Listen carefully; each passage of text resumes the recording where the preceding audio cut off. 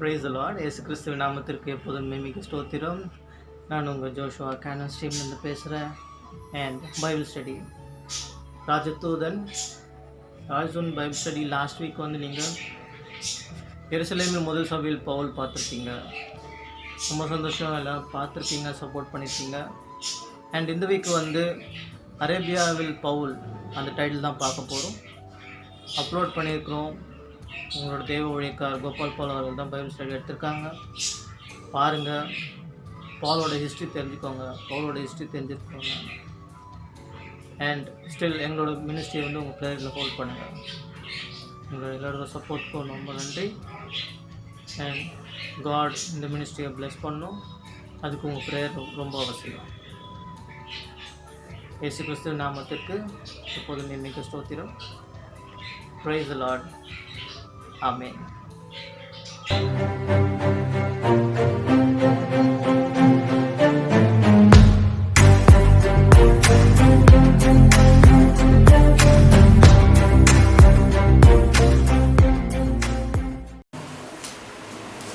கலாத்தியர்கள் நிருபம்.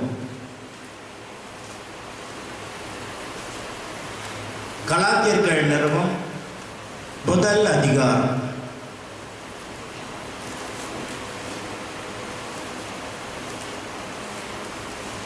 கலாத்தியர் முதல் அதிகாரம் 15 18 வரை சேர்த்து வாசிக்கலாம். 15 18 வரை சேர்த்து வாசிக்கலாம்.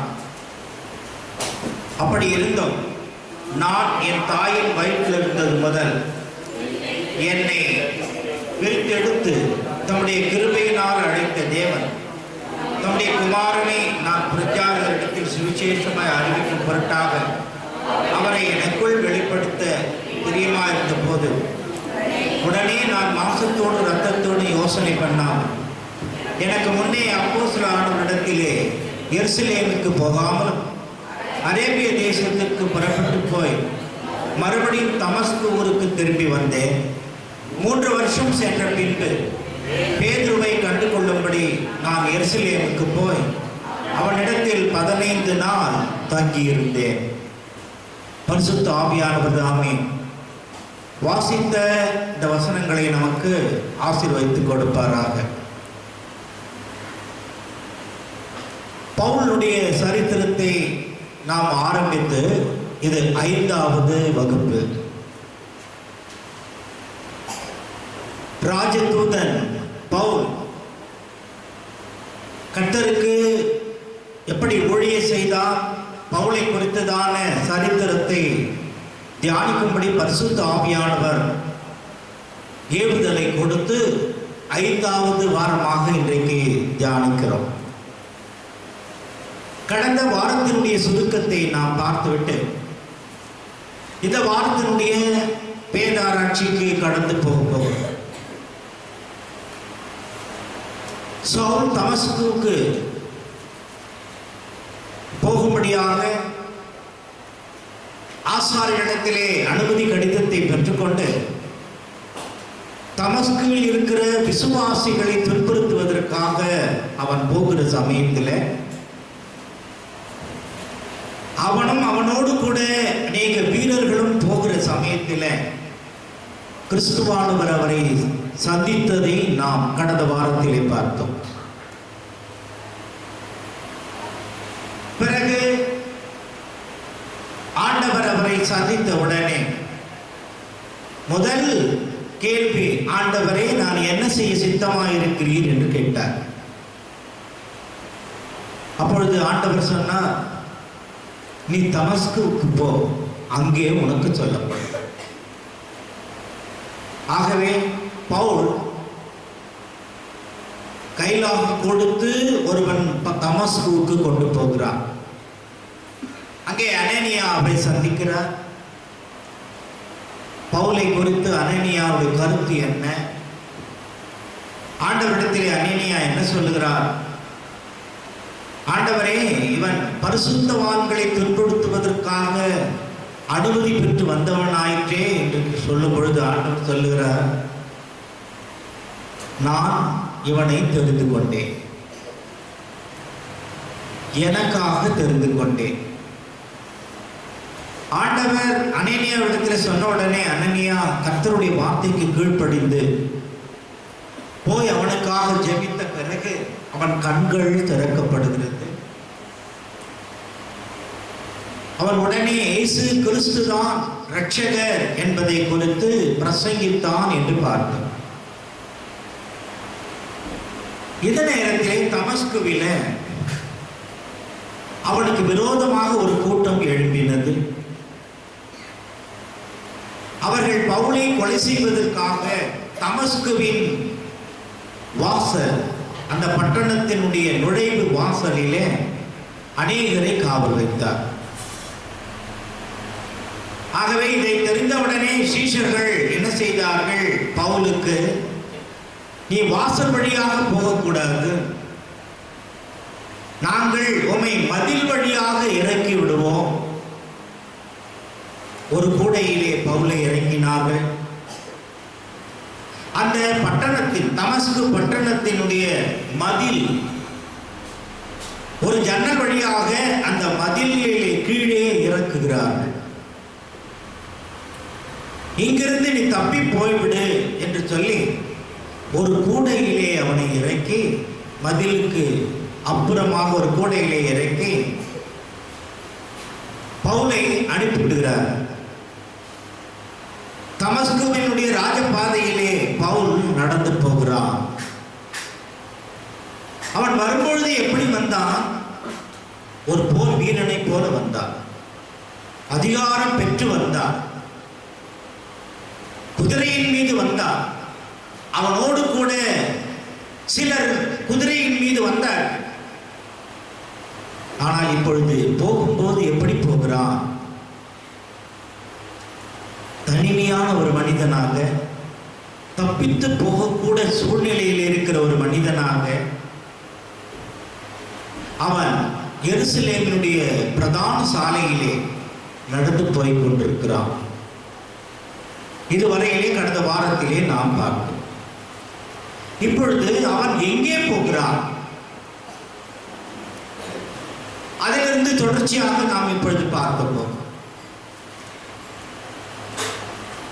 கலாத்தியர்கள் நிருபம் முதல் அதிகாரம்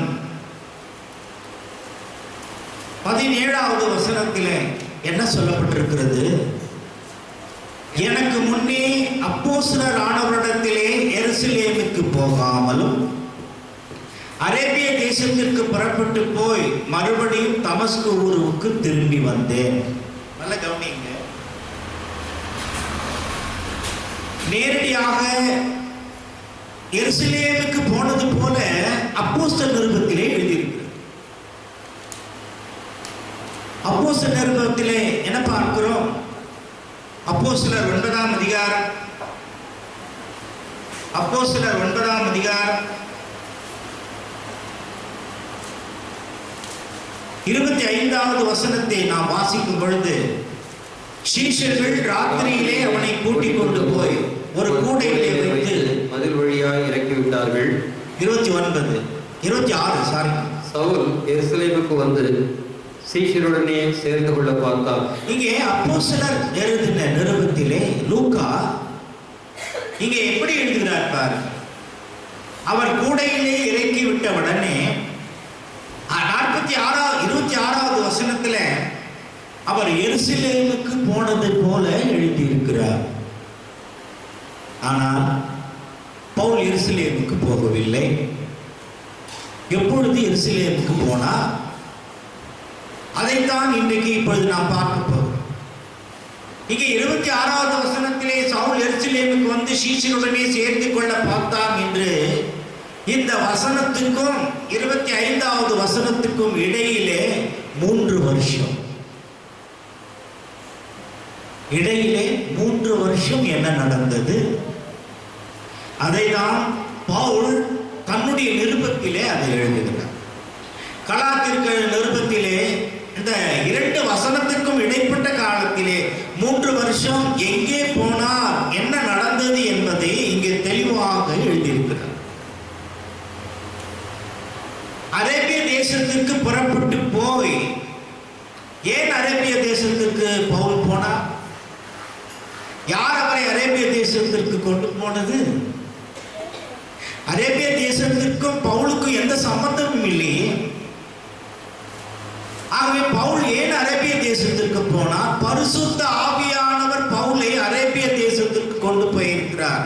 எதற்காக? 3 வருஷம் அவருக்கு கற்பிப்பதற்காக. நல்ல கவனிங்க, அரேபிய தேசத்திற்கும் எருசலேமுக்கும் சம்பந்தம் இருக்கிறது. அரேபியர்கள் அடிக்கடி எருசலேமுக்கு வருவது உண்டு, தமஸ்குவுக்கு வருவது உண்டு. அப்போஸ்தலர் 2ஆம் அதிகாரம் 11வது வசனத்தை தயவு செய்து வாசிக்க கேட்க. கிரேத்தரும் அரபியருமாகிய நாம் நம்முடைய பாஷைகளிலே இவர்கள் தேவனுடைய மகத்துவங்களை பேச கேட்கிறோமே என்றார்கள். பார்த்தீங்களா? எருசலேமுக்கு அரேபியர்கள் அநேகர் வருவது உண்டு, போவது உண்டு. அப்படியாக வருவதும் போவதுமாக இருந்த அந்த தேசத்திற்கு பவுல் ஏன் போனார்? பவுலே அதை எழுதுகிறார். நன்றாக கவனியுங்கள். அப்போஸ்தலனாகிய பவுல் தன்னுடைய நிருபங்கள் ஒவ்வொன்றிலும் என்ன எழுதுகிறார் தெரியுமா? நான் மனுஷனிடத்திலே கற்றது இல்லை.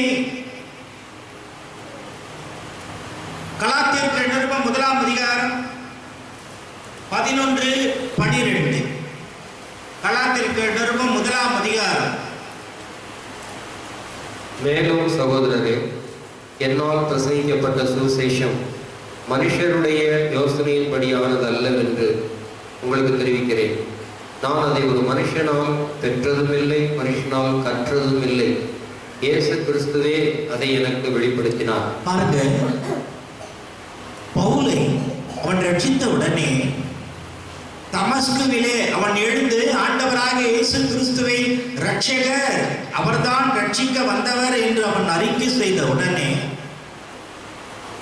அவன் அங்கிருந்து தப்பித்து தமஸ்குவின் ராஜபாதையிலே போய்கொண்டிருக்கிறான். ராஜபாதையிலே அவன் போய்கொண்டிருக்கும் பொழுது பரிசுத்த ஆவியானவர் அவனை அரேபிய தேசத்திற்கு கொண்டு போகிறார். அரேபிய தேசத்திலே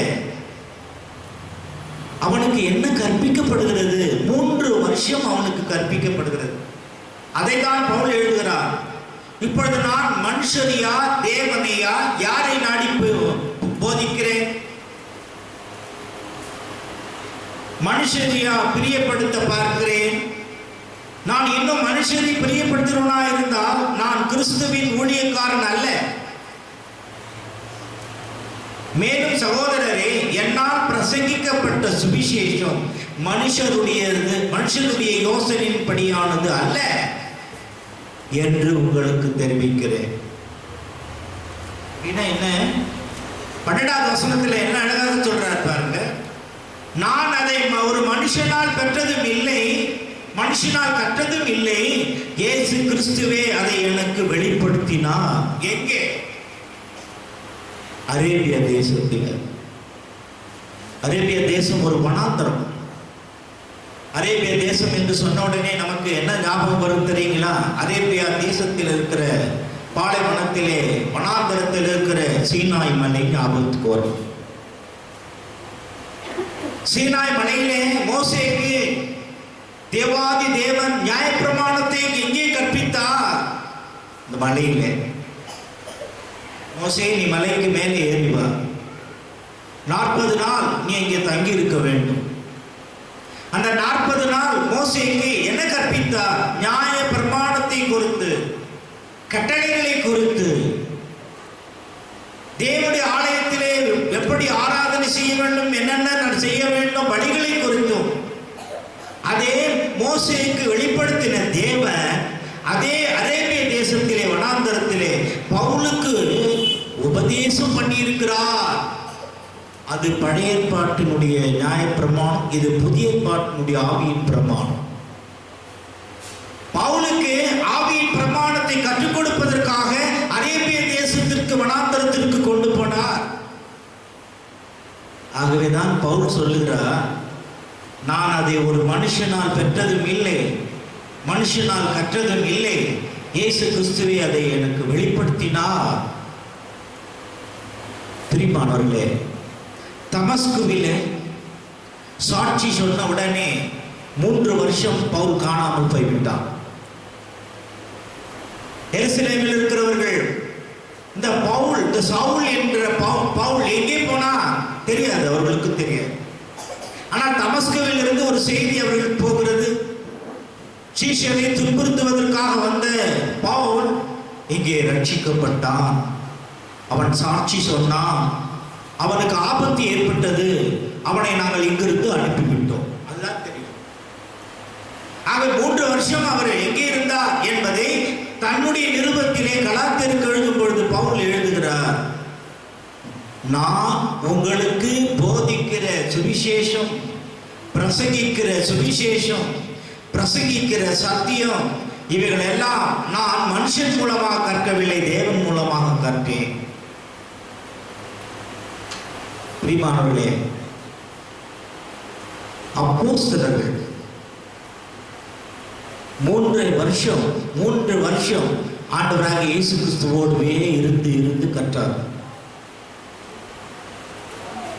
இந்த அப்போஸ்தலனாகிய பவுல் 3 வருஷம் இயேசு கிறிஸ்து அவனுக்கு அநேக சத்தியங்களை வெளிப்படுத்தினார். ஆகவேதான் பவுலால் இத்தனை கடிதங்கள் எழுத முடிந்தது.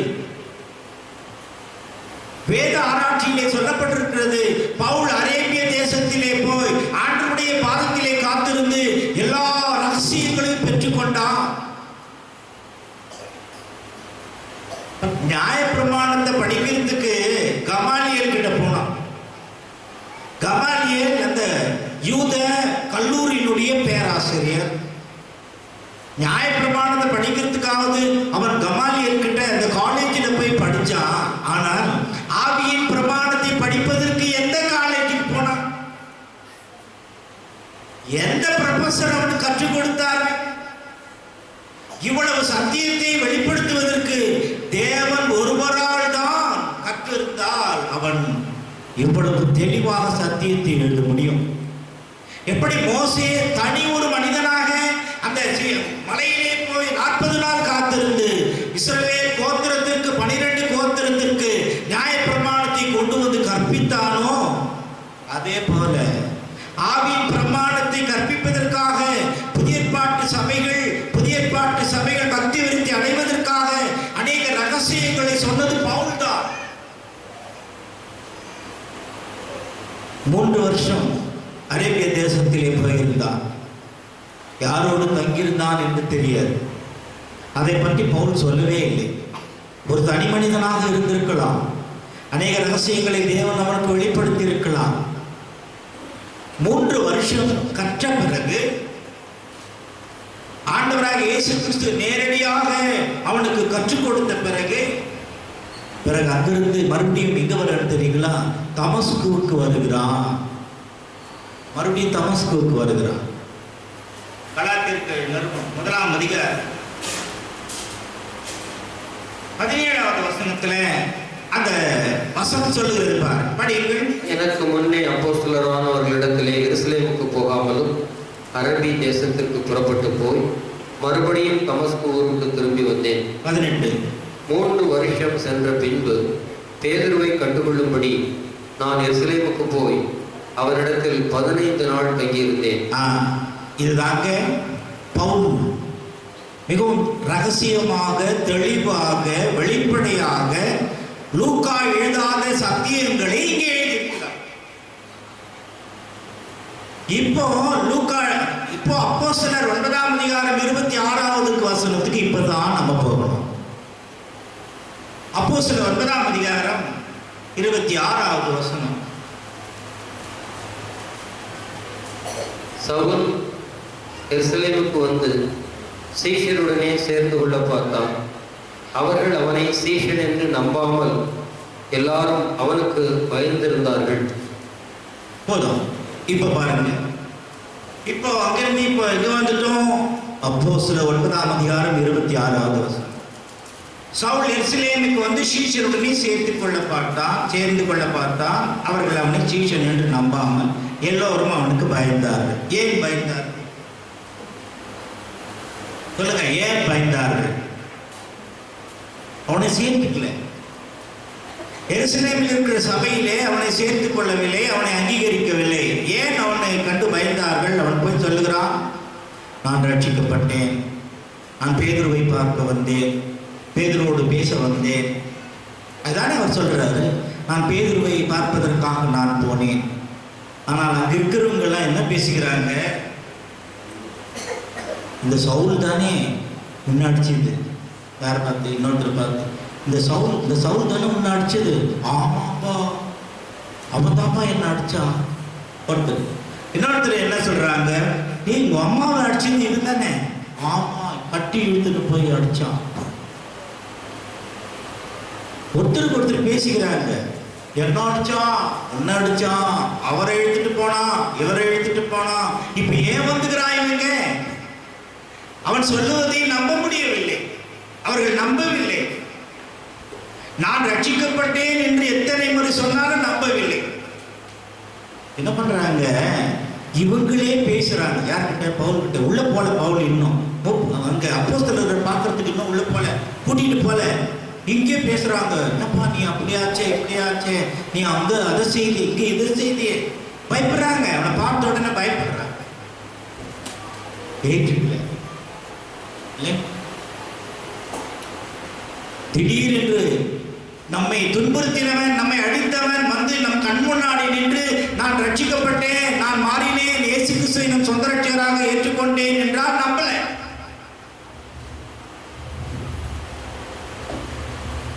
அப்பொழுதுதான் ஒரு மனிதன் அங்கே வருகிறார். வேதம் என்ன சொல்லுகிறது?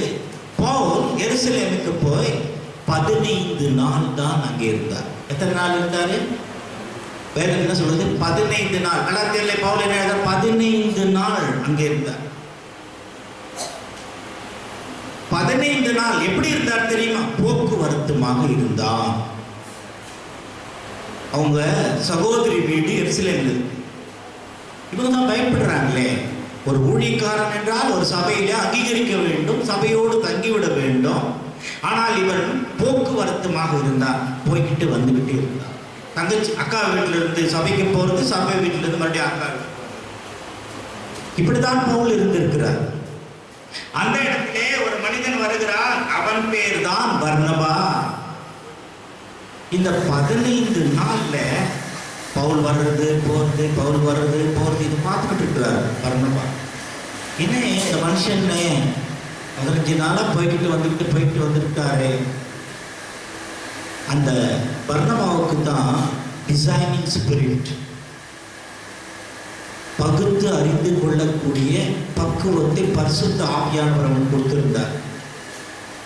இவன் யார், இவன் எப்படிப்பட்டவன், உண்மையாக ரட்சிக்கப்பட்டானா, ரட்சிக்கப்படவில்லையா, இவன் வேஷம் போடுகிறானா அல்ல உண்மையா என்று அறிந்து கொள்ளக்கூடிய அறிவை பரிசுத்த ஆவியானவர் கொடுத்ததினால் தான் பர்னபா என்ன பண்ணுகிறான்? பவுலை சேர்த்து கொள்ளுகிறான். எத்தனை நாள்லங்க? எத்தனை நாள்? என்ன அப்படி பார்த்துருங்க? எத்தனை டேஸ்? 15 நாள். ஐயா, நீங்க 30 வருஷம் ஊழியம் செய்தா கூட இந்த சாட்சி யாரும் சொல்ல மாட்டாங்க. இப்போ 30 வருஷம் நீங்க ஊழியம் செய்தா கூட இந்த பர்னபா சொல்றது போல சாட்சி யாரும் சொல்லுவாங்களா? 30 வருஷம் நீங்க கஷ்டப்பட்டா கூட அவனை எனக்கு தெரியாதுன்னு விடுவாங்க இப்ப இருக்கிறவங்க. ஆனா பர்னபா 15 நாளிலே அந்த பவுலை குறித்து எவ்வளவு துல்லியமாக எடை போட்டிருக்கிறான் பாருங்க.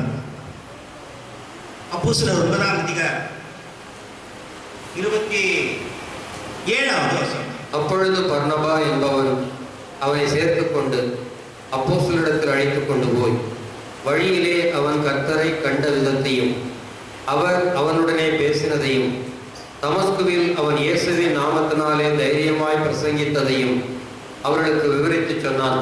இதுதாங்க பர்னபா பார்த்தாரு. மற்றவங்க எல்லாம் வந்து பயந்தாங்க, ஒருத்தர் பேசிக்கிட்டாங்க. ஓ உங்களை அடிச்சான், என்ன அடிச்சான், அவங்கள அடிச்சான்னு பேசிக்கிட்டாங்க. ஆனா பர்னபா பார்த்தார். தம்பி வாங்க, நான் உங்களை கூட்டிட்டு போறேன். எங்கே? அப்போஸ்தலத்தில் கூட்டிட்டு போறேன்.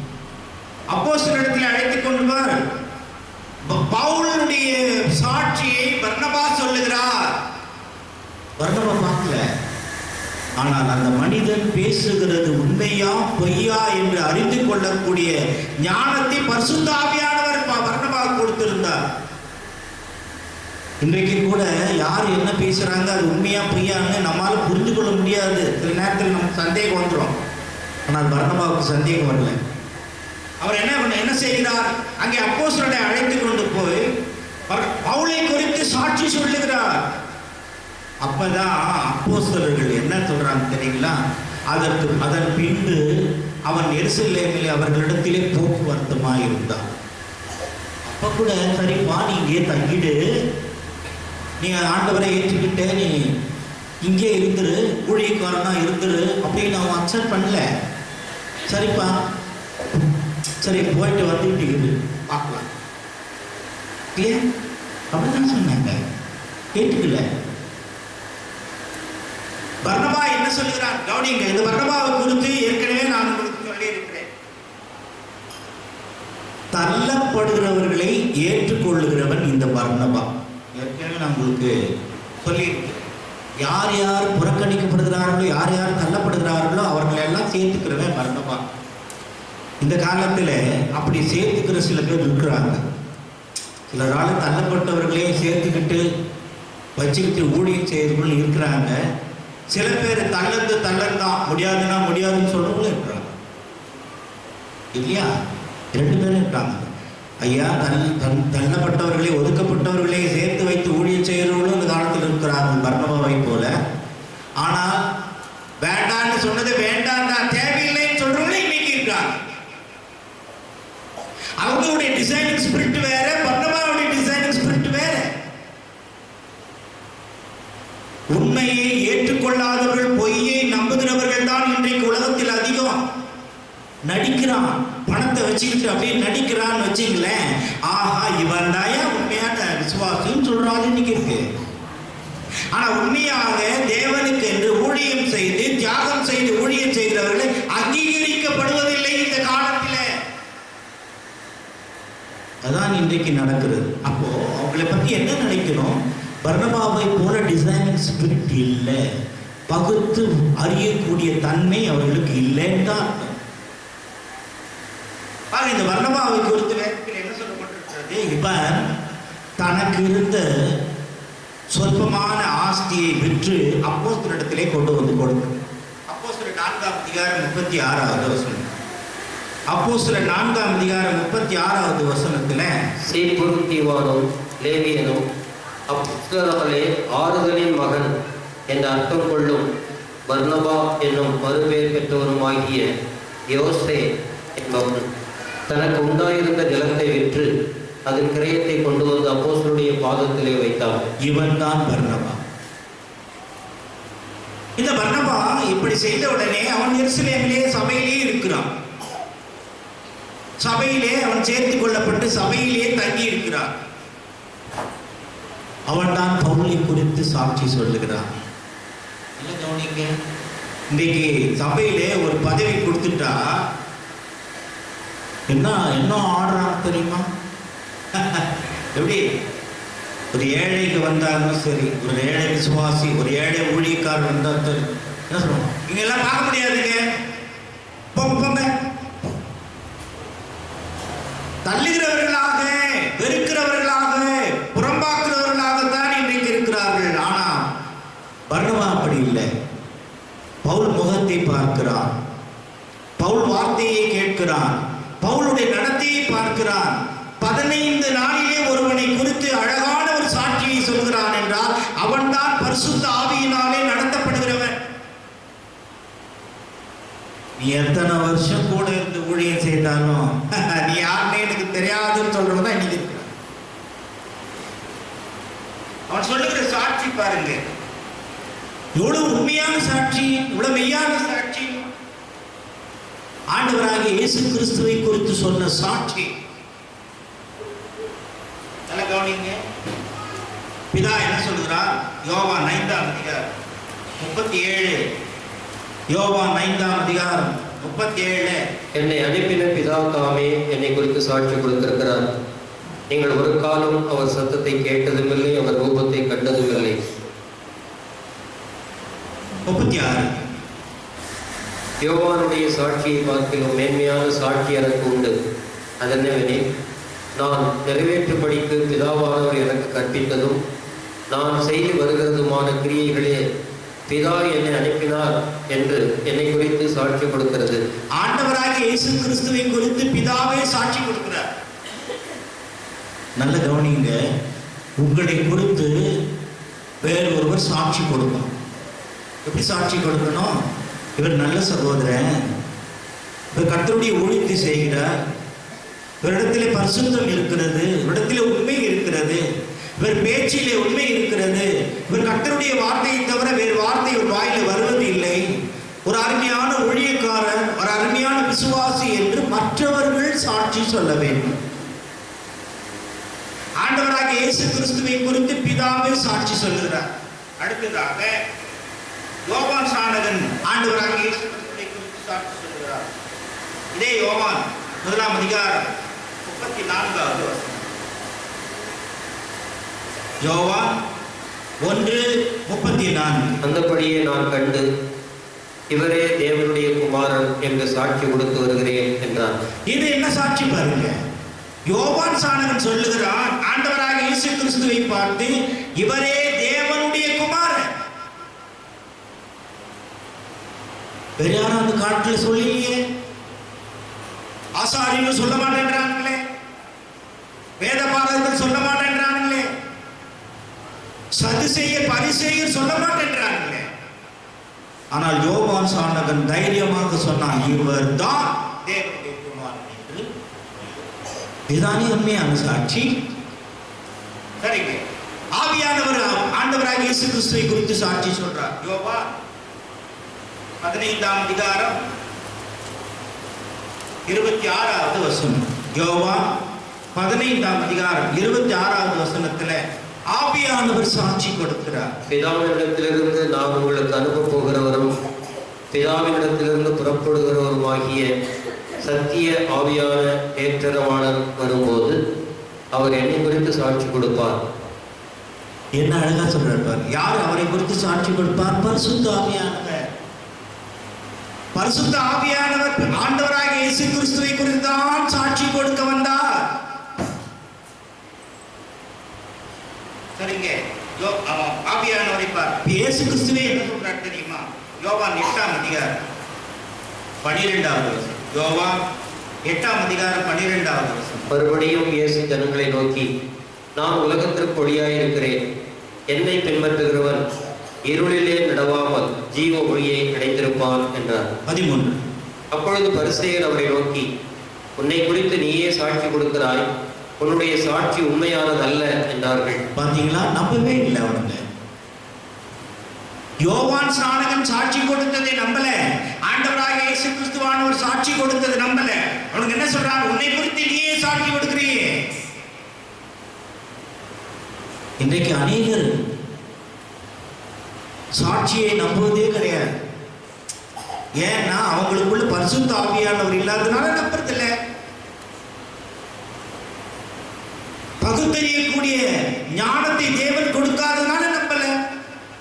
டிசைன் ஸ்பிரிட் இல்லாதனால நம்பல. மற்றவர்களை போல நம்பாமல் தான் இருக்கிறார்கள். ஆண்டவராக இயேசு கிறிஸ்துவானவர் தன்னை குறித்து சாட்சி கொடுத்து அவன் நம்பல. அவர் தான் மெய்யான ஒளி. கரெக்ட் தானே? அது உண்மைதானே? அது அதுதான் யோவான் சாணகன் சொன்னான், பரிசுத்த ஆவியானவர் சொன்னார். பாருங்க, ஸ்தேவான் சாட்சி. யோவான் 1ஆம் அதிகாரம் 34வது வசனம். சாரி, அப்போஸ்தலர் 1ஆம் அதிகாரம் 8வது வசனம். முதல்ல அப்போஸ்தலர் இருப்பார். அப்போஸ்தலர் 1ஆம் அதிகாரம் 8வது வசனத்துல, பரிசுத்த ஆவி உங்களிடத்தில் வரும்போது நீங்கள் பலனடைந்து எருசலேமிலும் யூதேயா முழுவதிலும் சமாரியாவிலும் பூமியின் கடைசி பரியந்தமும் எனக்கு சாட்சிகளாயிருப்பீர்கள் என்றார். யாரை குறித்து சொல்றார்? அப்போஸ்தலர்களை குறித்து சொல்றார். நீங்கள் யூதேயா முழுவதிலும் சமாரியாவிலும் பூமியின் கடைசி பரியந்தம் எனக்கு சாட்சிகள். நான் தான் இரட்சகர் என்பதற்கு நீங்கள் சாட்சிகள். என்னோடு இருந்தவர்கள் நீங்கள், என்னுடைய அதிசயங்களை பார்த்தவர்கள் நீங்கள், என்னுடைய அற்புதத்தை பார்த்தவர்கள் நீங்கள், ரட்சிக்கப்பட்டவர்களை பார்த்தவர்கள் நீங்கள், செத்து போனவனை உயிரோடு எழுப்பினதை பார்த்தவர்கள் நீங்கள், நானே தேவன் என்பதற்கு நீங்கள் தான் சாட்சி என்று சொன்னார். அப்போஸ்தலர்கள் தான் சாட்சி. பிறகு பாருங்க, அப்போஸ்தலர் 10ஆம் அதிகாரம் 22வது வசனத்துல, அப்போஸ்தலர் 10ஆம் அதிகாரம் 22வது வசனம். அதற்கு அவர்கள், நீதிமானும் தேவனுக்கு பயப்படுகிறவரும் யூத ஜனங்கள் எல்லாராலும் நல்லவர் என்று சாட்சி பெற்றவருமாகிய கொர்நேலியு என்னும் 100க்கு அதிபதி உம்மை தம்முடைய வீட்டுக்கு அழைப்பித்து உம்மால் சொல்லப்படும் வார்த்தைகளை கேட்கும்படி பசுத்த தூதனாலே தேவ எத்தனமாய் கட்டளை பெற்றார் என்றார்கள். இங்க பாருங்க, கொர்நேலியை குறித்து என்ன சொல்லியிருக்கிறது? அவன் யாரால் நல்லவன் என்று சாட்சி பெற்றான்? யூத ஜனங்கள் எல்லாராலும் நல்லவன் என்று சாட்சி பெற்றோம். இந்த சாட்சி பார்த்தீங்களா? புறஜாதியாராலே, பரிசுத்தவான்களே, கிறிஸ்தவர்கள் என்று சொல்லிக் கொள்ளுகிறவர்களே, நான் விசுவாசி என்று சொல்லிக் கொள்ளுகிறவர்கள் புறஜாதியாராலே சாட்சி சொல்ல வேண்டும். ஆமா அவங்க கிறிஸ்தவங்க தான், ஆமா அவங்க விசுவாசிங்க தான், ஆமா அவங்க உண்மையுள்ளவங்க தான், ஆமா அவங்க பொய் பேச மாட்டாங்க, ஆமா அவங்க மற்றவர்களை ஏமாற்ற மாட்டாங்க. இன்றைக்கு அதிகார சொல்றாங்க, இந்த பாரியா ஒரே சண்டை இந்த சர்ச்சில். இதான் சாட்சி. இன்னைக்கு என்ன சாட்சி? இந்த பாரு ஒரே சண்டை, ஒரே அடிச்சுக்கிறாங்க. அதுதான் இன்னைக்கு சாட்சியா போயிடுச்சு. பிரஜாதியார்கள் மத்தியிலே சாட்சி. கொர்நேலியு சாட்சி பெற்றான். இன்றைக்கு சபையிலே இருக்கிற நாம், நம்முடைய வாழ்கிற ஸ்தலத்திலே, வேலை செய்கிற ஸ்தலத்திலே, சபையிலே நாம் சாட்சி உள்ளவர்களாக இருக்க வேண்டும். அதுதான் ரொம்ப முக்கியம். கொர்நேலியை குறித்து பாருங்க. அடுத்ததாக இந்த அனனியாவை குறித்து பாருங்க. அனனியா அப்போஸ்தலர் 22ஆம் அதிகாரம் 12வது வசனம். அப்போஸ்தலர் 22:12. அப்பொழுது வேத பிரமாணத்தின்படியே பக்தி உள்ளவனும் அங்கே குடியிருக்கிற சகல யூதராலும் நல்லவன் என்று சாட்சி பெற்றவனுமாகிய அனனியா என்னும் ஒருவன். என்ன அருமையான சாட்சி பாருங்க. நான் இதை ஏன் உங்களுக்கு சொல்லிக் கொண்டு வருகிறேன் என்றால், பவுலை குறித்து பர்னபா சொன்ன சாட்சி என்ன சாட்சி, அதுதான் நான் உங்ககிட்ட கேட்க போறேன். இப்ப நான் ஒவ்வொரு சாட்சியை குறித்து சொல்லிக்கிட்டு வரேன். இப்ப பாருங்க, பக்தி உள்ளவன், வேத பிரமாணத்தின்படியே பக்தி உள்ளவனும் அங்கே குடியிருந்த சகல யூதராலும் நல்லவன் என்று சாட்சி பெற்றவனுமாகிய அனனியா. யூதர்கள் மத்தியிலே நல்லவன் என்று சாட்சி பெறுவது ரொம்ப கஷ்டங்க. அதே போல நாம கூட புறஜாதியார் மத்தியில நல்ல கிறிஸ்தவர்கள் என்று சாட்சி பெறுவது ரொம்ப. இன்றைக்கு அந்த சாட்சி இல்லையே. உலகத்தானே பார்த்து சொல்றானே, இவங்க கூட இப்படி செய்வாங்களா? உலகத்தார் பார்த்து சொல்றாங்க, இவங்க கூட இப்படி செய்யறாங்களா? என்ன யார் சொல்றாங்களே, இவங்களுக்குள்ள கூட இந்த மாதிரி எல்லாம் வருமா சொல்றாங்களே. அது என்ன சாட்சி? யாருடைய நாமத்துக்கு மகிமை, யாருடைய நாமத்துக்கு அவகீர்த்தி. சரிங்க, அனனியா பார்த்துங்களா? அடுத்தது பாருங்க, ஆபேலை குறித்து சாட்சி. யார் சாட்சி சொல்றாரு தெரியுமா? எபிரேயர் 11ஆம் அதிகாரம் 4வது வசனம். எபிரேயர் 11ஆம் அதிகாரம் 4வது வசனம். விசுவாசத்தினாலே ஆபேல் காயினுடைய பலியிலும் மேன்மையான பலியை தேவனுக்கு செலுத்தினான். அதனாலே அவன் நீதிமான் என்று சாட்சி பெற்றான். அவனுடைய காணிக்கைகளை குறித்து தேவனே சாட்சி கொடுத்தார். அவன் மரித்தும் இன்னும் பேசுகிறார். தேவனே சாட்சி கொடுத்தார். அருமையானவர்களே, தேவனே நம்மை குறித்து சாட்சி கொடுக்க வேண்டும். முடியுமா? சாட்சி கொடுப்பாரா? யோசித்து பாருங்க. நாம் என்ன பண்றோம்? யார் யாரை கெடுக்கலான்னு பார்க்கிறோம், யாரை யாரை தட்டலான்னு பார்க்கிறோம். இதெல்லாம் கர்த்தர் பார்த்துக்கிட்டு இல்லையா? பார்த்துக்கிட்டு இருக்கிறார். ஆகவேதான் பவுல் என்ன எழுதுகிறான்? நாம் எல்லோரும் கிறிஸ்துவினுடைய நியாயாசனத்துக்கு முன்பாக நிற்க வேண்டும், மறந்துடாதீங்க. நீ இவனை குறித்து யார் சாட்சி கொடுக்கிறார்? ஆண்டவரே கொடுக்கிறார்கள், தேவனே சாட்சி கொடுக்கிறார். அவன் மரித்து இன்றும் பேசிக் கொண்டிருக்கிறான். அவனுடைய கிரியைகளை குறித்து சாட்சி கொடுக்கிறார். அவனுடைய கிரியைகள் நீதியுள்ள கிரியைகள். நீதியுள்ள கிரியைகள் யார் இடத்தில் இருக்கிறதோ அவர்களை குறித்து தேவன் கண்டிப்பா சாட்சி சொல்வார். சரிங்க. கடைசியாக இன்னொருத்தர் எபிரேயர் 11ஆம் அதிகாரம் 5வது வசனம். விசுவாசத்தினாலே ஏனோக்கு மரணத்தை காணாதபடிக்கு எடுத்துக் கொள்ளப்பட்டான். தேவன் அவனை எடுத்துக்கொண்டபடியினாலே அவன் காணப்படாமல் போனான். அவன் தேவனுக்கு பிரியமானவன் என்று அவன் எடுத்துக்கொள்ளப்படுவதற்கு முன்னமே சாட்சி பெற்றான். பாத்தீங்களா? தேவனுக்கு பிரியமானவன். யாருங்க தேவனுக்கு பிரியமா இருக்க முடியும்? இல்ல, ஒரு பாட்டு படி இருக்கு. என்ன பாட்டு அது? என்ன பாட்டு? பிரியமானவனே. இல்ல, அது யார் பாடினா என்ன? அதோட கருத்து பாருங்க. எப்படி யார் கர்த்தருக்கு பிரியமானவராக இருக்க முடியும்? கர்த்தருடைய வார்த்தையின்படி, கர்த்தருடைய கட்டளையின்படி யார் நடக்கிறார்களோ அவர்கள் தான் கர்த்தருக்கு பிரியமானவராக இருக்க முடியும். தானியேலை பார்த்து ஆண்டவருடைய வசனம் என்ன சொல்றது? பிரியமான புருஷனே. யாரு? தானியேலே. நீங்களும் நானும் பிரியமான புருஷனே அல்லது பிரியமான புருஷியே அப்படின்னு சொல்ல முடியுமா? தேவன் விரும்புகிறதை நாம் செய்தால் தேவன் நம் மீது பிரியமாயிருப்பார். ஆகவே இங்க ஏனோக்கை குறித்து எவ்வளவு அழகாக சொல்லப்பட்டிருக்கிறது பார். சரிங்க. கடைசியாக உபாகம் 19ஆம் அதிகாரம். இதோட நான் விட்டு போறதில்லை. உபாகமும் 19ஆம் அதிகாரம் 15வது வசனத்தை வாசிக்கும்போது, ஒருவன் எந்த அக்கிரமத்தையாவது எந்த பாவத்தையாவது செய்தான் என்று சொல்லப்பட்டால் ஒரே சாட்சியினால் நியாயத்திற்கக்கூடாது. 2-3 சாட்சிகளுடைய வாக்கினாலே காரியம் நிலைவரப்பட வேண்டும். இது நடக்குதா இன்னைக்கு? இது இன்னைக்கு நடக்கிறதா? யாராவது ஒரு தவறு செய்தா கூப்பிட்டு வச்சு, ஏன்பா நீ இது செய்தியா? இல்லைங்க நான் இப்படிலாம் செய்யல. சரி, நீ சொல்ற. இப்போ 2 பேரை கூப்பிடுங்க.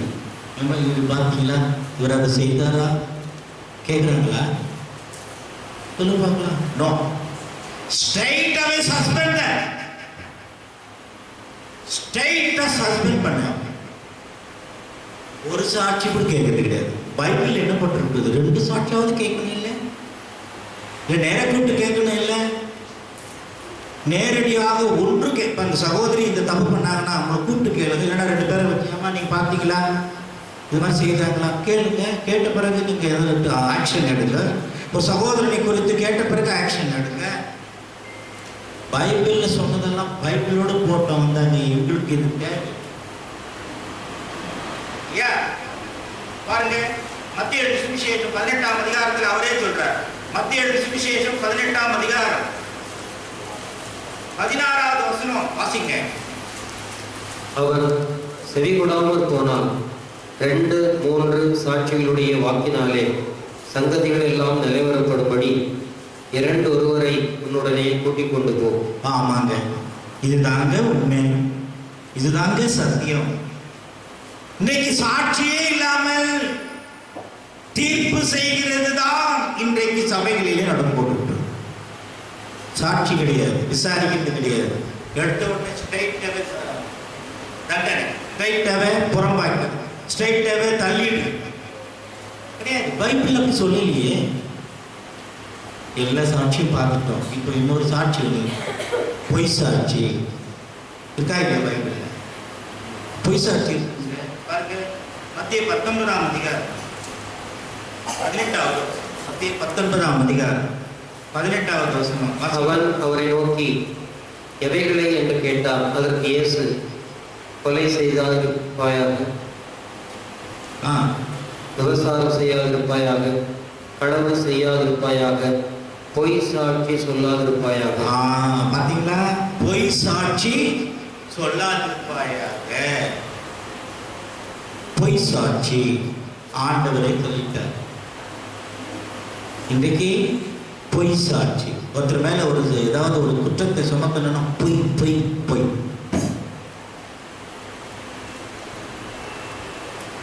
அப்போஸ்தலர் 6ஆம் அதிகாரம் 13வது வசனம்.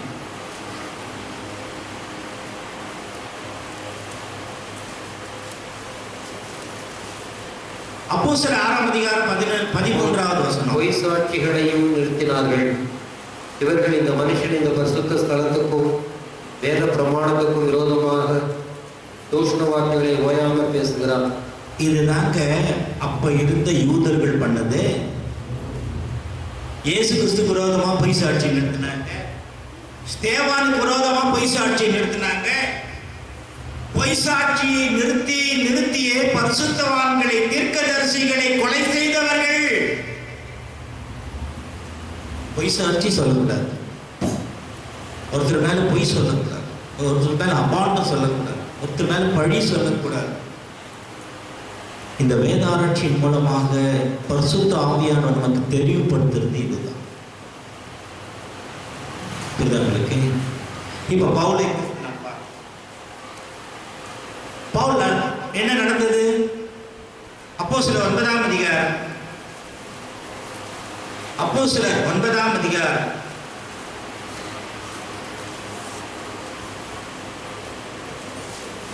29-30. கர்த்தராகிய இயேசுவின் நாமத்தினாலே தைரியமாய் பிரசங்கித்து கிரேக்கருடனே பேசி தர்க்கித்தான். அவர்களோ அவனை கொலை செய்ய எத்தனம் பண்ணினார்கள். சகோதரர் அதை அறிந்து அவனை செசரியாவுக்கு அழைத்து கொண்டு போய் தர்சுவுக்கு அனுப்பிவிட்டார்கள். ஆமாங்க, படிச்சு போச்சு. பவுலுடைய கதை 15 நாள் இருந்தாரு. அந்த 15 நாள்ல அவர் என்ன பண்ணாரு? இயேசு கிறிஸ்துவை நாமத்தை குறித்து தைரியமாய் பிரசங்கித்தார். எங்க? வெளியே கிரேக்கருடனே விவாதம் பண்ணினார், தர்க்கித்தார், பேசினார். கடைசியில் என்ன நடந்தது? அவனை கொலை செய்ய அவர்கள் முடிவு செய்கிறார். கொலை செய்ய எத்தனம் பண்ணினார்கள். உடனே நம்ம சர்ச்சில் இருக்கிற சகோதரர்கள் என்ன பண்ணாங்க? பவுலே இந்த போயிடு, இங்க இருக்க வேண்டாம், இல்லை உங்க கொலை பண்றதுக்கு இருக்கிறாங்க. உடனே பவுலை என்ன பண்ணாங்க? அழைத்து கொண்டு போய் தர்சுவுக்கு அனுப்பி விட்டார்கள். பவுல் தர்சு பட்டணத்துக்கு போய் சேர்ந்துட்டார். அடுத்தது என்ன? இப்போ பர்னபாவை குறித்து தான் பார்க்கணும். ஏன்னா பர்னபா தான் பவுல் என்கிற பெரிய ஊழியக்காரனை கொண்டு வந்து நிறுத்தினவர் பர்னபா. இப்ப பர்னபாவை பார்த்த பிறகுதான் மறுபடியும் பவுல் வருப்புறார். இப்ப பர்னபாவை குறித்து என்ன பார்க்க போகிறோம்? அப்போஸ்தலர் 11ஆம் அதிகாரம் முன்னாடி அப்போஸ்தலர் 11ஆம் அதிகாரத்துல 19வது வசனம், 20வது வசனம், 21வது வசனம்.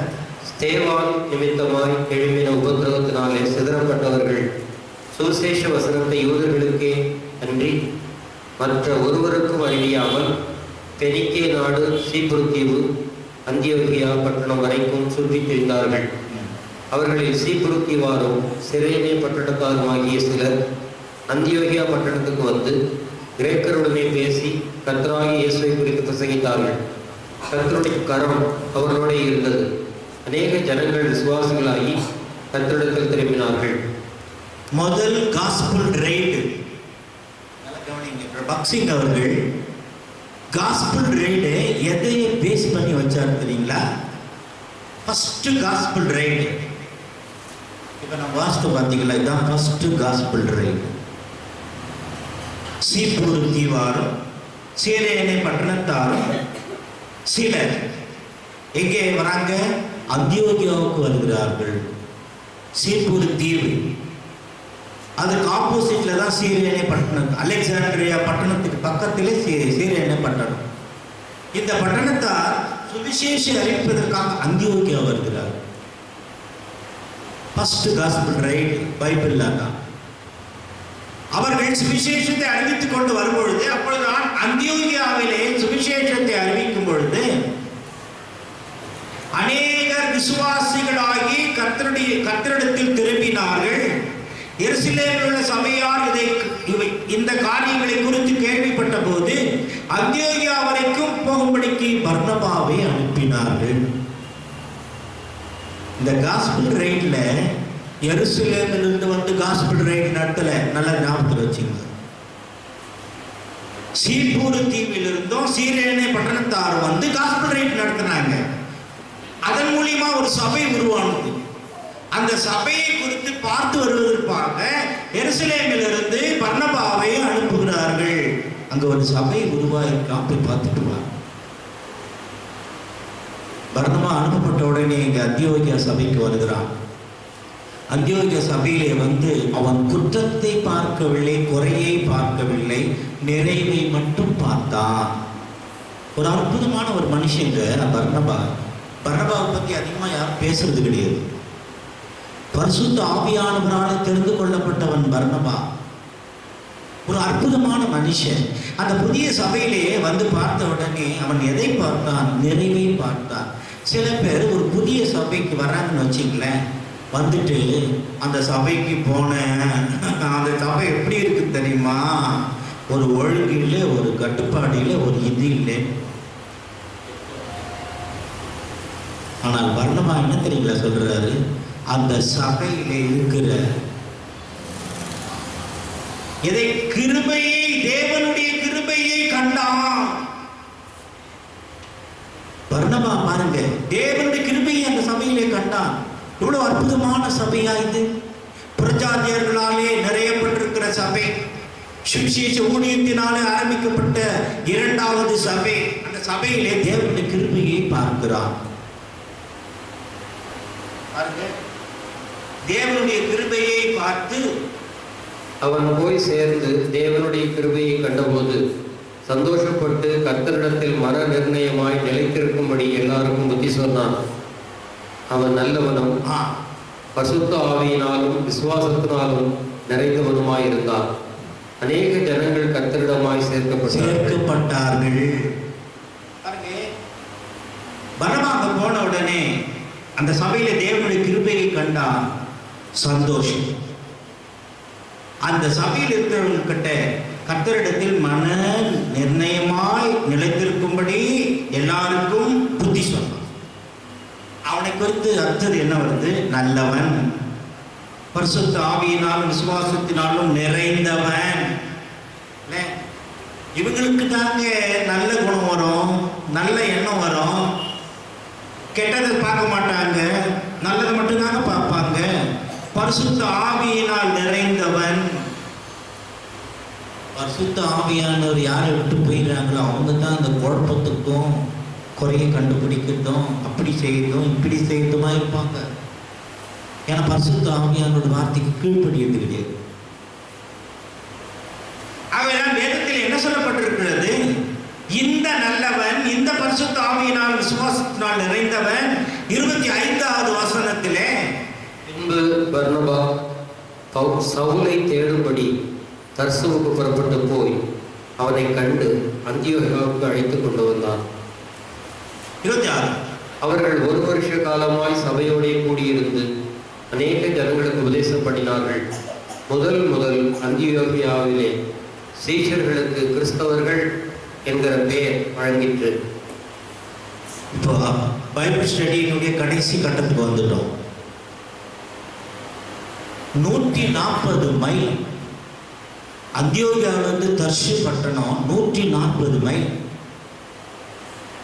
ஏங்க சபையில வந்து பர்னபா சேர்ந்துட்டாரு. அந்த சபையில் இருக்கிற அவரை எடுத்துக்கிட்டாங்க. ரொம்ப சந்தோஷப்பட்டாங்க எல்லாரும். நீங்க வந்தது எங்களுக்கு ரொம்ப சந்தோஷங்க.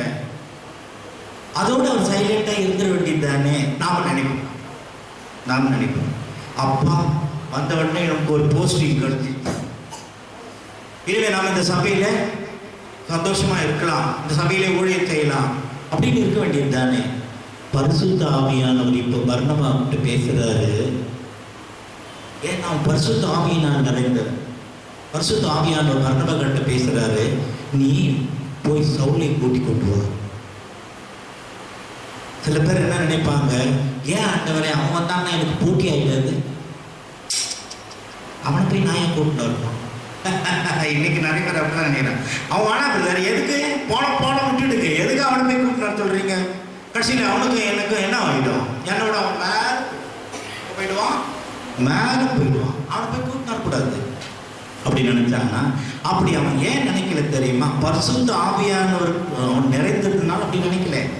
பரிசுத்த ஆவியானவருக்கு கீழ்ப்படிந்தால் அவனுடைய ஞாபகம் எல்லாம் பவுல் பவுல் பவுல். எத்தனை நாள் பழக்கம்? 15 நாள் பழக்கம்.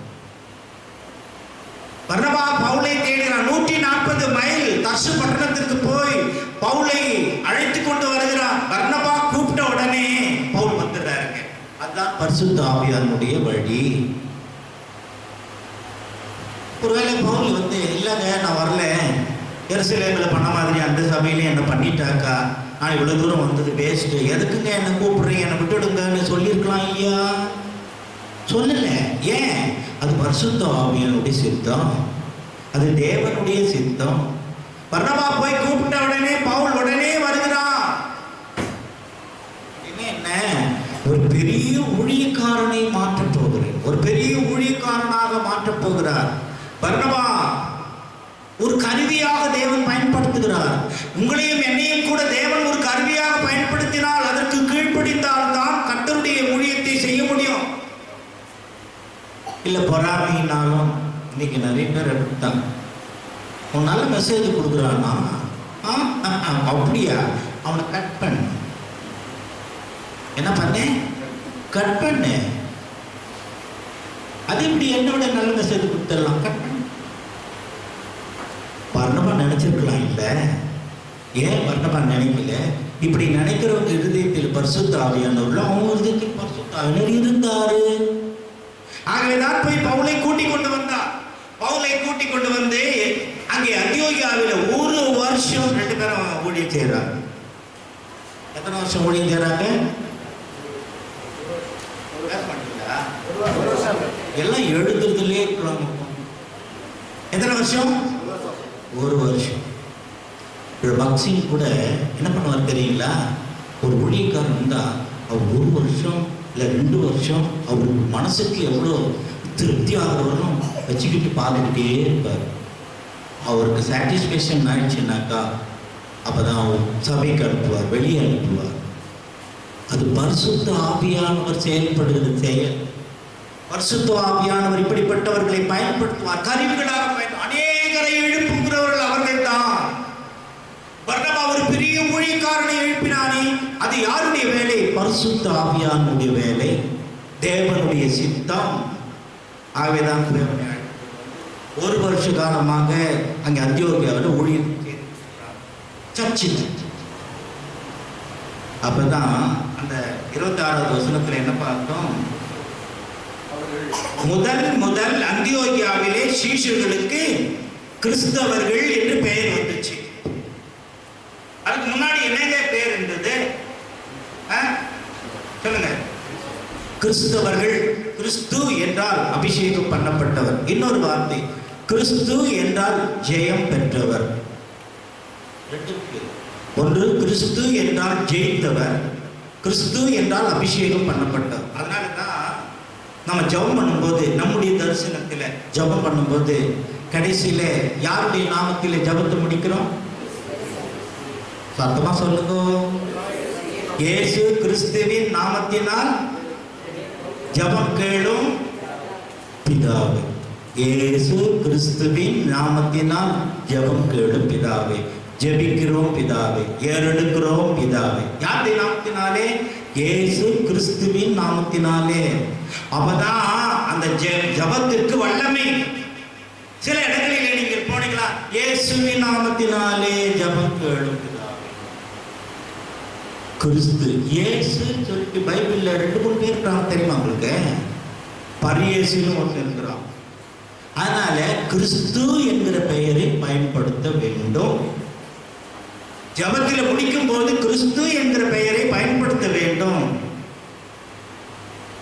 பக்சிங் அவர்கள் கிறிஸ்து என்கிற பெயரை பயன்படுத்தாமல் ஜபத்தை முடிக்க மாட்டார். ஆங்கிலத்தில் நீங்கள் ஜபத்தை, என்னுடைய மேரேஜில் அவர் தான் ஜபம் பண்ணி முடிச்சிருக்காரு, அந்த கேசட் எங்களுக்கு ஜெயம் அபிஷேகம் பண்ணப்பட்டவர் கிறிஸ்து, கிறிஸ்தவர்கள் என்ற பெயர் எப்படி வந்துச்சு? முதல்ல என்ன தெரியுங்களா பேரு? என்னன்னு சொல்லிக்கிட்டு இருந்தாங்க. பைபிள்ல பார்க்கலாம் பாருங்க.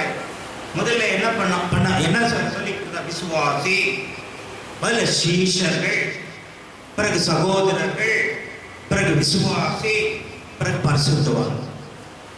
பைபிள் அப்படியே முதல்ல என்ன பண்ண? சீஷர்கள் சொல்லியிருக்கு. கடைசி அடுத்தது என்ன சொல்லியிருக்கு? சகோதரர்கள் அவனை அனுப்பிவிட்டார்கள். அப்படின்னா அந்த சபையில் சகோதரர்கள் சொல்லியிருக்காங்க.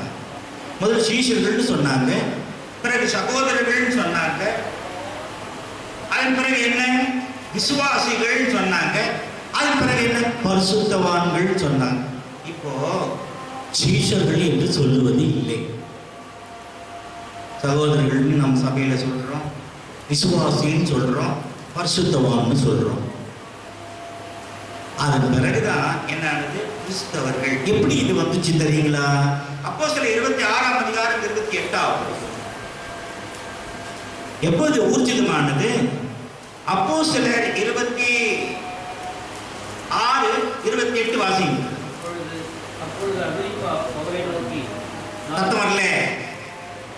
நான் கிறிஸ்தவன் ஆகிறதற்கு கொஞ்சம் குறைய நீ என்னை சம்மதிக்க பண்ணுகிறாய் என்றார். அப்பொழுது அகிரிப்பா பவுலை நோக்கி, நான் கிறிஸ்தவனாகதற்கு கொஞ்சம் குறைய நீ என்னை சம்மதிக்க பண்ணுகிறாய். சீஷன் என்ற சொல், விசுவாசி என்ற சொல், சகோதரன் என்ற சொல், பரிசுத்தவான் என்ற சொல். இப்ப அகிரிப்பா ராஜாவின் வாயிலிருந்து என்ன வருகிறது? நான் கிறிஸ்தவனாவதற்கு. அதுல தாங்க கிறிஸ்தவர்கள், கிறிஸ்துவை உடையவர்கள், கிறிஸ்துவை பின்பற்றுகிறவர்கள் கிறிஸ்தவர்கள் என்று சொல்லப்பட்டது. இன்னொரு வசனம் இருக்கு. 1 பேதுரு 4ஆம் அதிகாரம் 16வது வசனம். 1 பேதுரு 4ஆம் அதிகாரம் 16வது வசனம் வாசிக்கும். பேதுரு சொல்றார், ஒருவன் கிறிஸ்தவனாய் இருப்பதனால் பாடுபட்டால் வெட்கப்படாமல் இருந்து அது நிமித்தம் தேவனை மகிமைப்படுத்த கடவன். இங்க என்ன சொல்றாரு? ஒருவன் கிறிஸ்தவனாய் இருப்பதனால் பாடுபட்டால். பேதுரு எழுதுறார் பாத்தீங்களா? ஒருவன் கிறிஸ்தவனா. இந்த பெயர் தான் நாளடைவிலே கிறிஸ்தவர்கள் கிறிஸ்தவர்கள் கிறிஸ்தவர்கள் என்று பெயர். கடைசியாக அந்தியோகியா சபையிலே பர்னபா வந்தாச்சு, பவுல் வந்தாச்சு. இப்ப அந்த சபையில எத்தனை பேர் மூப்பர்கள் என்று பார்த்துவிட்டு நாம் முடிக்க போகிறோம். முதலாவதாக அப்போஸ்தலர் 13ஆம் அதிகாரம் முதல் வசனம். அப்போஸ்தலர் 13ஆம் அதிகாரம் முதல் வசனத்தை வாசிக்க கேட்டோம். அந்தியோகியா பட்டணத்தில் உள்ள சபையிலே பர்னபாவும் நீகர் எனப்பட்ட சிமியோனும் செரேனே புறானாகிய லூகியும் காற்பங்கு தேசாதிபதியாகிய ஏரோதுடனே கூட வளர்க்கப்பட்ட மனாயினும் சவுலும் தீர்க்கதரிசிகளாயும் போதகர்களாயும் இருந்தார்கள். ஆமாங்க, மொத்தம் 5 பேர். இந்த 5 பேர் யார்? முதல்ல சீப்பூர் தீவிலிருந்து வந்த பர்னபா. அந்தியோகியா பர்னபான்னு சொல்லல, சீப்பூர் தீவிலிருந்து வந்த பர்னபா. அந்தியோகியா பட்டணத்தில் உள்ள சபையிலே அந்த பர்னபா யார்? சீப்பூர் தீவிலிருந்து வந்தார். இரண்டாவது நீகர் எனப்பட்ட சிமியோன். அவன் ஒரு நீக்ரோ இனத்தை சேர்ந்தவர். நீகர் எனப்பட்ட சிமியோன் ஒரு நீக்ரோ இனத்தை சேர்ந்தவன். மூன்றாவதாக சிரேனே ஊர் லூக்கி. இது எந்த ஊர்? இப்பொழுது இருக்கிற ஆப்பிரிக்கா கண்டத்தை சேர்ந்தவர் இந்த லூக்கி. நான்காவதாக யோவான் ஸ்நானகனை கொலை செய்த ஏரோதுடனே வளர்க்கப்பட்ட மனாயின். யோவான் ஸ்நானகனை கொலை செய்த ஏரோதுடனே வளர்க்கப்பட்ட மனாயின், ஐந்தாவதாக தர்சு பட்டணத்திலிருந்து வந்த பவுல். இவங்கெல்லாம் என்னவா இருக்கிறாங்க? தீர்க்கதரிசிகளாயும் போதகர்களாயும் இருந்தார்கள். பவுலுடைய முதல் ஊழியம் என்ன தெரியுங்களா? பவுலுடைய முதல் ஊழியம் என்ன தெரியுங்களா? முதல் ஊழியம் தர்ம ஊழியம். முதல் ஊழியம் என்ன தெரியுங்களா? தர்மம். திடீரென்று பஞ்சம் வந்து விடுகிறது. அப்போஸ்தலர் 11ஆம் அதிகாரம் 28வது வசனம் வாசித்து முடிக்கலாம் பிரதர். அப்போஸ்தலர் 11ஆம் அதிகாரம். அவர்களில் ஒருவனாகிய அகபு என்பவன் எழுந்து உலகமெங்கும் கொடிய பஞ்சம் உண்டாகும் என்று ஆவியானவராலே அறிவித்தார். அது அப்படியே கெலவுதியு நாயனுடைய நாட்களிலே உண்டாயிற்று. அப்பொழுது சீஷரில் அவரவர் தங்கள் தங்கள் திராணிக்கத்தக்கதாக யூதேயாவில் இருக்கிற சகோதரருக்கு உதவியாக பணம் சேகரித்து அனுப்ப வேண்டும் என்று தீர்மானம் பண்ணினார்கள். அப்படியே அவர்கள் சேகரித்து பர்னபா, சவுல் என்பவருடைய கையிலே கொடுத்து மூப்பரிடத்திற்கு அனுப்பினார்கள். எங்க? எருசலேமுக்கு அந்தியோகியாவிலிருந்து பண உதவி போகுது. அந்தியோகியாவிலே இருக்கிற விசுவாசிகள், பரிசுத்தவான்கள் பணத்தை சேகரித்து பஞ்சத்திலே கஷ்டப்படுகிற எருசலேமில் இருக்கிற அந்த ஜனங்களுக்கு அனுப்புகிறார். யார்கிட்ட கொடுத்து அனுப்புறாரு தெரியுமா? பவுல் கிட்ட, பர்னபா. யார்கிட்ட கொடுத்து அனுப்புறாங்க? அங்கிருந்து வந்த பர்னபா அவர்கள் வேண்டாம் என்று புறக்கணித்த பவுல். இவங்க 2 பேரும் பணத்தை எடுத்துட்டு அங்க போறாங்க, அந்த சபையில் இருக்கிறவர்களுக்கு உதவி செய்வதற்கு. ஆகவேதான் பக்சிங் அவர்கள் என்ன செய்தார்கள்? நம்முடைய தரிசனத்திலே ஒரு சபைக்கு ஒரு சபை உதவி செய்ய வேண்டும். ஊழியத்திலே மட்டுமல்ல, பண உதவி செய்ய வேண்டும். ஆகவேதான் இன்றைக்கு கூட ஒரு சபையிலிருந்து இன்னொரு சபைக்கு உதவி செய்கிறார்கள், பண உதவி செய்கிறார்கள். அதன் மூலியமாக அந்த சபை வளருகிறது. அது இன்றைக்கு நடக்கல. முதல்ல இந்த தர்ம ஊழியத்தை செய்தது பவுல், பர்னபா. கடைசியாக அப்போஸ்தலர் 12ஆம் அதிகாரம் 25வது வசனம். அப்போஸ்தலர் 12ஆம் அதிகாரம் 25வது வசனம். பர்னபாவும் சவுலும் தர்ம ஊழியத்தை நிறைவேற்றின பின்பு மார்க்கு என்னும் மறுபெயர் கொண்ட யோவானை கூட்டிக் கொண்டு எருசலேமை விட்டு திரும்பி வந்தார்கள். ஆமாங்க. இந்த தர்ம ஊழியத்தை நிறைவேற்றின பின்பு மார்க்கு என்னும் பெயர் கொண்ட யோவானை கூட்டிக் கொண்டு எருசலேமுக்கு வந்தான். இப்போ பர்னபா, பவுல், மார்க். அங்க எருசலேம் இருந்த மார்க்கு. இந்த மார்க்கு யார் என்றால் பர்னபாவுடைய சொந்தக்காரன், பர்னபாவுடைய சகோதரியின் மகன். இப்ப என்ன பண்றாங்க? ஆவியானவர் என்ன பண்றாரு? 2 பேரா இருந்தது இப்ப 3 பேரா ஆக்குறாரு. இப்ப பவுல், பர்னபா, மார்க்கு என்கிற யோவான், இவங்க 3 பேரும் இப்ப அந்தியோக்கியாவுக்கு வருகிறார்கள். கர்த்தருக்கு சித்தமானால் அடுத்த வாரத்திலே தொடர்ந்து நாம் பார்க்கலாம். கொடுத்த வார்த்தைகளே ஆவியானவர் நமக்கு ஆசீர்வதித்து